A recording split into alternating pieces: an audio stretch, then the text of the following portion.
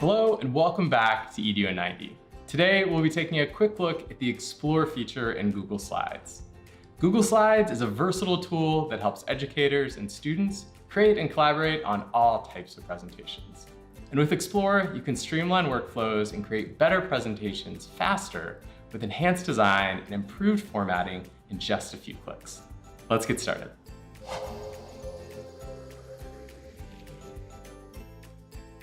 For this episode, we'll take a look at the two main benefits of the Explore feature, search and formatting.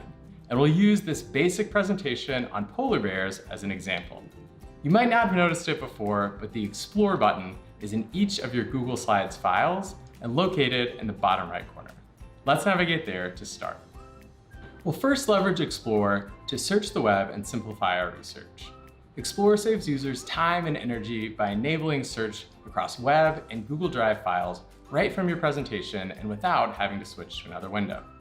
I'd like to add some extra information to this presentation. So to do this, I'll enter polar bear weight in the Explore search bar, select web, and lots of results will appear. I'm going to look through them, and this Polar Bears International website looks like a credible source. So I'll use their data and add the typical weight of 775 to 1,300 pounds to my presentation. We all know that imagery is a key element of compelling presentations. The Explore search functionality can help here too, by sharing approved images for inclusion. To do this, I'll run an image search for polar bear diet, and when I find one that I'd like to use, I'll click the small plus sign that appears at the top of the picture when I hover over it.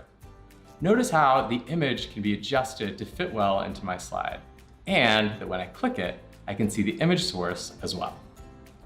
With Explore, users can easily access ideas for layout suggestions and apply them to slides for just the right look. This is a huge help for busy teachers looking for ways to save time in order to focus on their most important priorities. To do this, select Explore and then check out the options for the selected slide.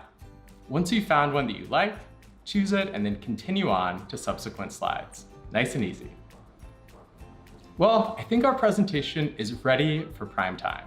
In the comments below, share your experiences using Explore, or let us know what functionality you'd like to see added next.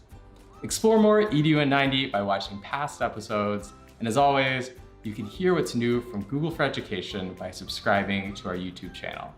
See you next time, and thanks for joining us for EDU 90. Check out our last episode where we look at how coding can make ELA lessons engaging with the CS First program and Scratch.